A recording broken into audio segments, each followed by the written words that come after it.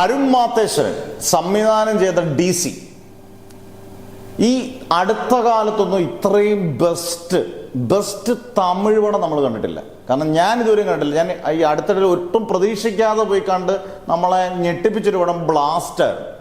പക്ഷേ ഇതൊന്നുമല്ല. നിങ്ങൾ ഈ സിനിമ ഒരിക്കലും OTT വരാൻ വേണ്ടി നോക്കിയിരിക്കും. നമ്മൾ ചില പടം പറയും OTT കണ്ടാൽ മതി എന്ന് പറയും. നിങ്ങൾ ഏറ്റവും അടുത്ത നല്ല തിയേറ്ററുകളിൽ അത്യാവശ്യം സൗണ്ട് ക്വാളിറ്റി നല്ല തിയേറ്റർ ആണെങ്കിൽ പിന്നെ ഒന്നും പറയണ്ട, നിങ്ങൾ പോയി കണ്ടു.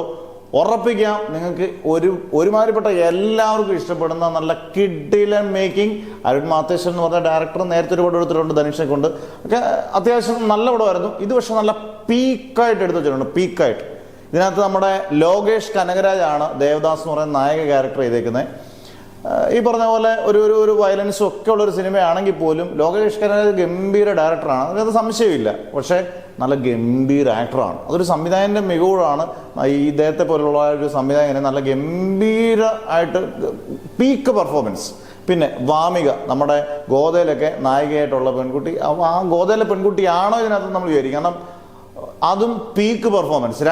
മൂന്നാലഞ്ച് ക്യാരക്ടേഴ്സേ ഉള്ളൂ നമുക്ക് മെയിനായിട്ട് എടുത്തു പറയാൻ. അതിനകത്ത് ഇവരുടെ രണ്ടുപേരും പെർഫോമൻസ് തന്നെ ഒരു രക്ഷയില്ല.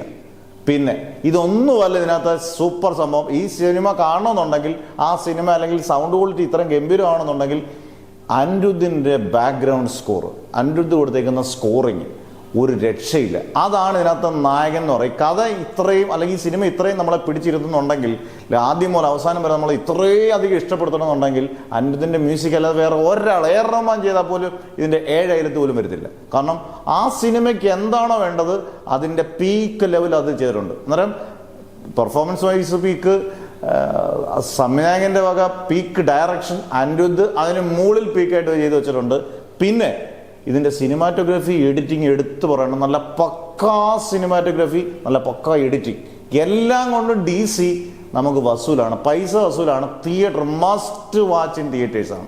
തിയേറ്ററിൽ നല്ല സൗണ്ട് ക്വാളിറ്റിയുള്ള തിയേറ്ററിൽ പോയി കണ്ടാൽ അടിപൊളിയാണ്. ഇപ്പം ഞാൻ എൻ്റെ അടുത്തുള്ള വലിയ സൗണ്ട് ക്വാളിറ്റിയുള്ള തിയേറ്ററിലും ആ സ്ക്രീനിൽ അല്ല എങ്കിൽ പോലും നമുക്ക് നല്ല അടിപൊളിയായിട്ട് ഇഷ്ടപ്പെട്ടു. അന്നേരം ഗംഭീര ഒരു തമിഴ് സിനിമയെന്ന് തമിഴ്നാട്ടുകാർക്കും പറയാം. നമുക്ക് ഇന്ത്യൻ സിനിമയിൽ അത്യാവശ്യം ഒരു ചെറിയൊരു പടം ഇത്രയും ഗംഭീരമായിട്ട് പൊളിക്കണമെന്നുണ്ടെങ്കിൽ ഇതിനകത്ത് എല്ലാവരും ഒത്തുവന്നിട്ടുണ്ട്.